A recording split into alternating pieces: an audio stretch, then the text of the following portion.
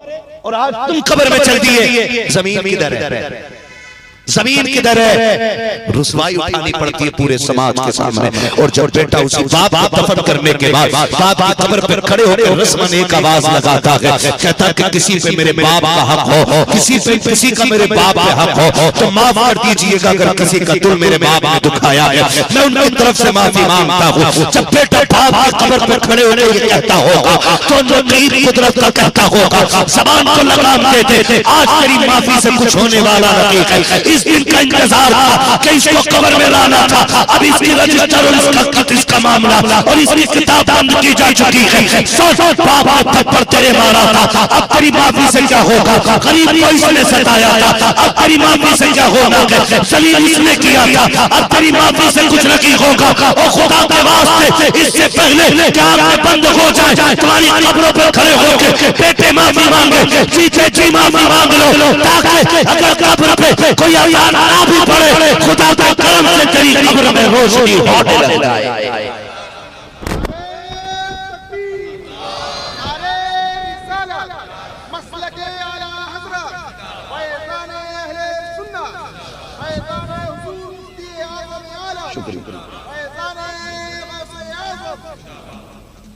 भाई जीते जी सारे मामले सारे हिसाब बराबर कर, कोई किसी का नहीं, कोई किसी का जोर से कोई किसी का नहीं है, कोई किसी का नहीं है। आज तो ना 3 उम्रें करके ये सोच रहा कि आला हज़रत कब्र से उठ के मेरा इस्तकबाल करे। हाँ यही कंडीशन है, 3 उम्रें करें आला हज़रत कब्र से आए मेरा इस्तकबाल करे। और डर अल्लाह से डर। सरकार गौसे पाक आप देखे 40 साल ईशा के वुजू से फजर की नमाज पढ़ने वाली ज़ात, ऐसा नहीं करते नहीं थे, नहीं जरूरत ही नहीं पड़ती थी, पूरी रात अल्लाह की इबादत में गुजरती थी। 40 साल अल्लाह ईशा के वुजू से फजर की नमाज पढ़ने वाली शख्सियत सरकार बड़े पीर की ज़ात है। लेकिन जब हरम शरीफ में जाते हैं ना तो इतना रो के कहते हैं, मालिक क़यामत में मुझे हुजूर के सामने रुस्वा न करना, मालिक मैं तुझे राजी न कर सका, मालिक मैं तेरी इबादत न कर सका, मालिक मैं तेरी नेमतों का शुक्रिया अदा न कर सका। इस दर्द से रोए कि लोग अपनी दुआ छोड़ के उसके हक में दुआ करने लगे।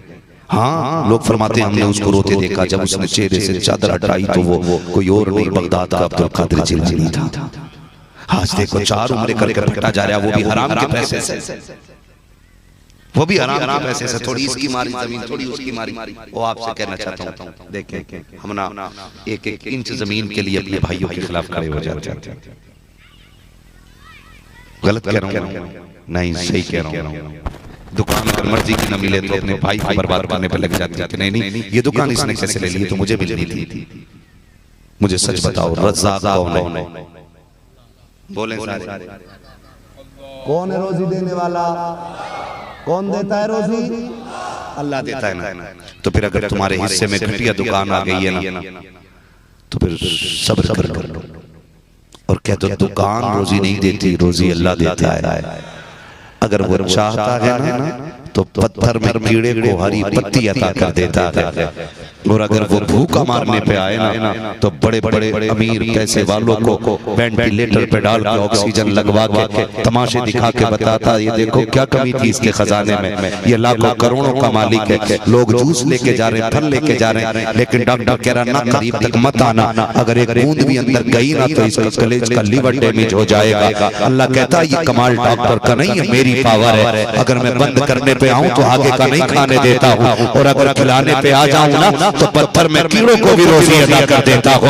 बात सिर्फ इतनी सी है कि अगर मैं दिया करूं तो तुम शुक्र अदा किया करो, ले लिया करूं तो साबिर बन जाया करो। इसलिए कि अगर अब लेना जानता हूं तो बाद में तुम्हें अपने कर्म से देना भी जानता।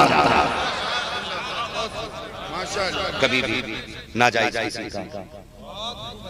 किसी का नहीं खाना। और अल्लाह तौफीक देना। कितने लोग अमीर बनना चाहते हैं? रात रात बताते। आखिरी बात बता रहा हूँ, कितने लोग अमीर बनना चाहते हैं? नहीं ना कोई नहीं बनना चाहता। हाँ डरो मत बोलो जितने लोग अमीर बनना चाहते हैं। मैं वजीफा बता रहा हूँ। नहीं मत उठाने दो, आप देखो बाद में सारे उठाएंगे जब मैं बताता हूं। या अल्लाह जितनों ने हाथ उठाए सबको बगदाद वाले के करम से अमीर बना दे। ये दे ये दोगलापन है हमारी जमात में। दुआ सुन के हाथ है ना, दुआ सुन के हाथ, दुआ से पहले मौलवी में भरोसा नहीं था।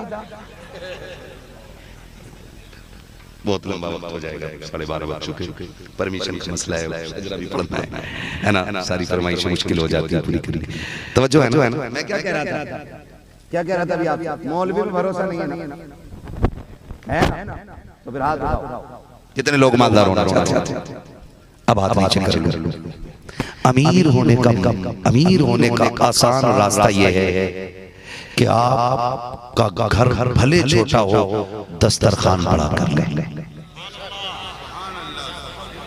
दस्तरखान बड़ा कर ले, और ये बगदाद वाले पीर का दिया हुआ सबक। आप सुबह से शाम तक जितना आता था सारा गरीबों में बांट देते, सारा गरीबों में बांट देते, सारा गरीबों में बांट देते। आज भी यही मशहूर है ना कि जब 11वीं आती है तो लोग खाने बनाते हैं उनके नाम के, हैं खुद भी खा लेते हैं, तब भी अल्लाह बरकत अता फरमा देता है। और अगर गरीबों को खिलाने लग जाओ तो अल्लाह बेपनाह बरकत अता फरमा देता है। मैंने कहा कि अगर अमीर बनना चाहते हो तो घर छोटे होना कोई बात नहीं बनती, दस्तरखान बड़े कर लो, दस्तरखान बड़े कर लो। और जरूरी नहीं है पीर खाएगा तब बरकत आएगी,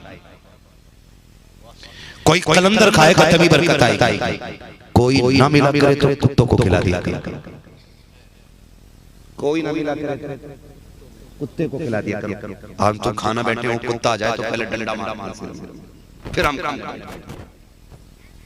आपको पता नहीं है कितने वलियों की वलायत अल्लाह ने सिर्फ इसलिए छीन ली कि उन्होंने अपने पैर से जानबूझ के एक चूंटी मार दी।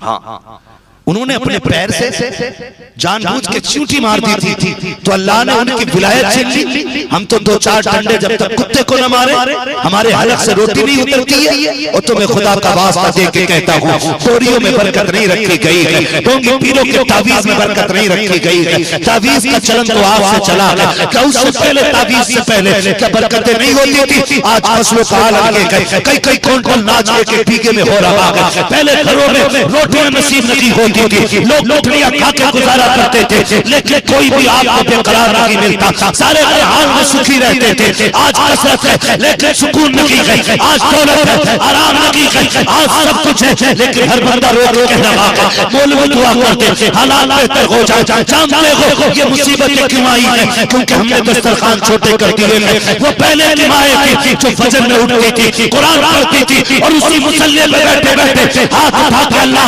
से रोजे की दुआएं करती थी, इधर दुआएं होती थी, आकर दीवार पर परिंदे बैठते थे, माएं मिट्टी भर के दाने डालती थी, परिंदों को डालती थी, वो चंद दाने खाते थे, साथ पुश्तों के रिज़्क़ की बरकत की दुआएं देके चले जाते थे।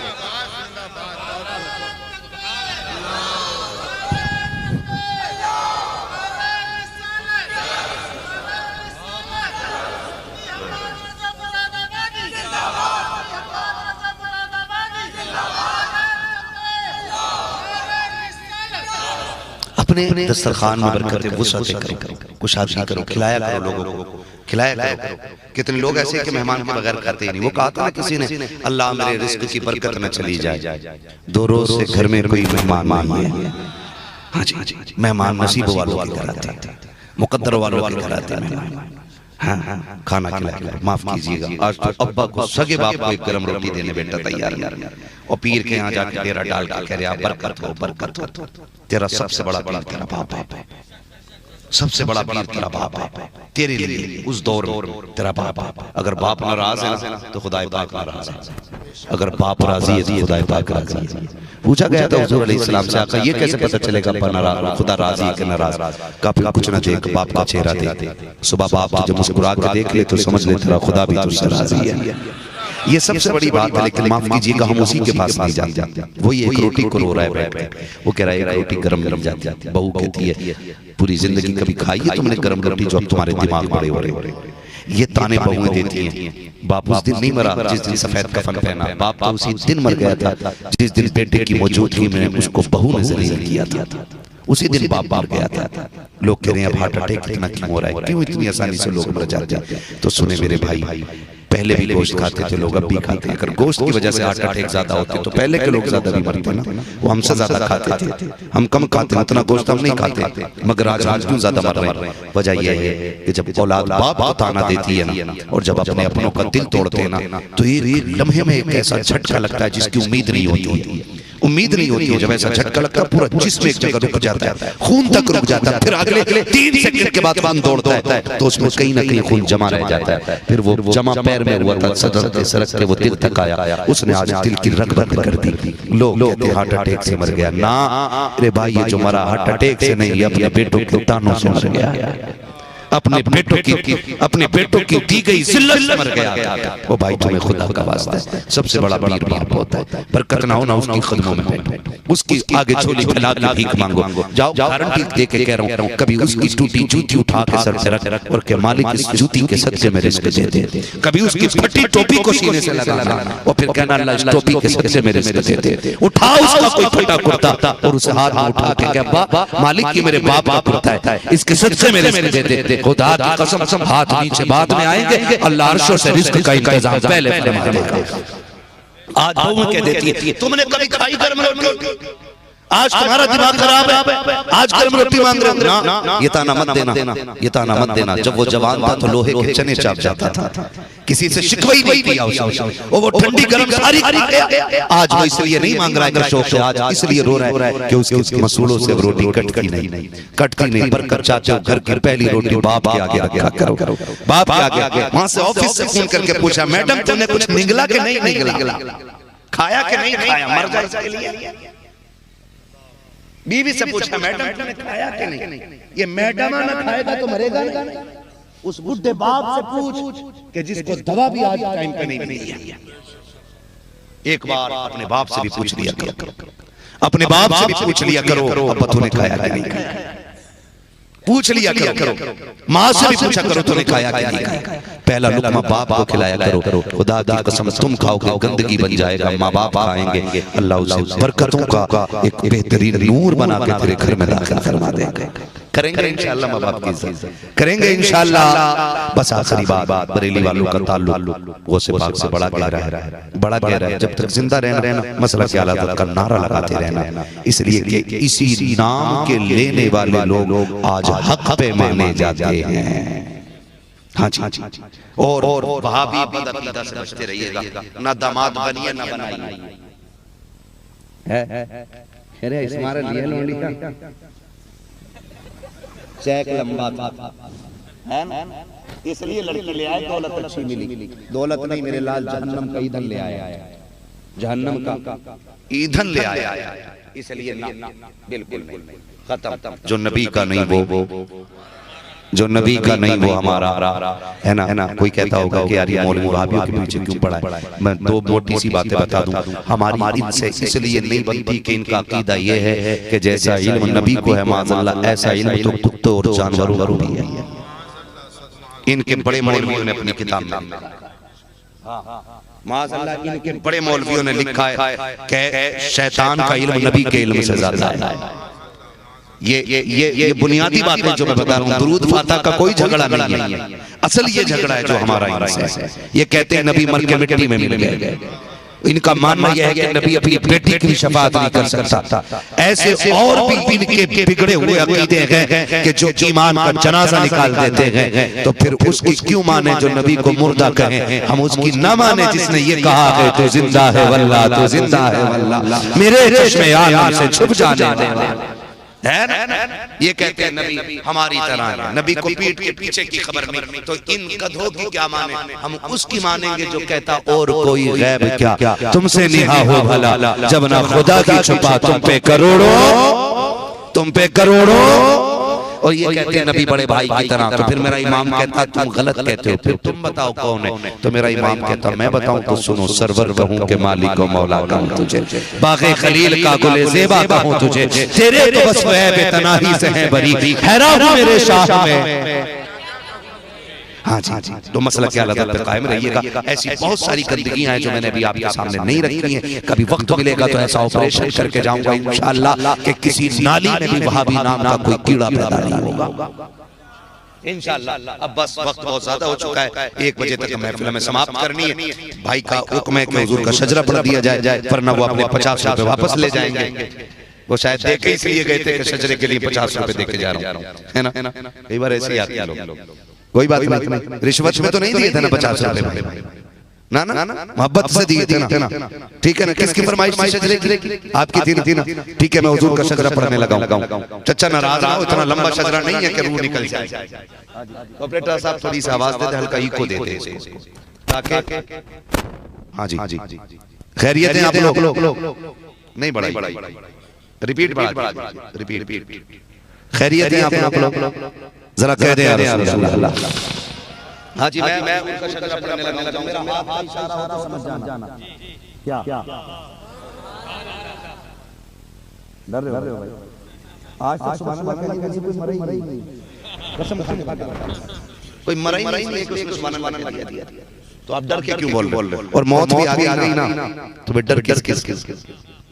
मैं सो जाऊं या मुस्तफा कहते खुले आंख सल्ले अला कहते, है ना। तुम्हें डर लगने की बात ना, जब मेरा हाथ इशारा होता ना, नहीं तो समझाना चाह रहा हूं। समझ लेना, मौलवी सांस रही है और मौलवी लंबी सांस लेना चाह रहा है, तो आप बोलना लंबी सी सुभान अल्लाह।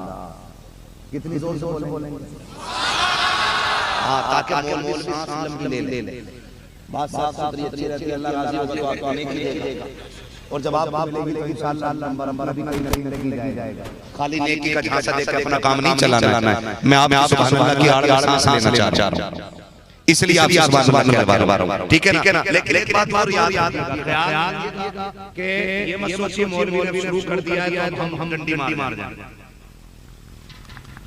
मैं नमाज जनाजा नहीं पढ़ा रहा हूं, तकबीर पूरी करके हटूंगा। अगर आपने डंडी मारी मैं छोड़ के हट जाऊंगा, ठीक है ना। धोखा तो नहीं देंगे ना इंशाअल्लाह, ठीक है ना। अब जितनी जोर से बोले सुभान अल्लाह। आदम के बेटे शहीद,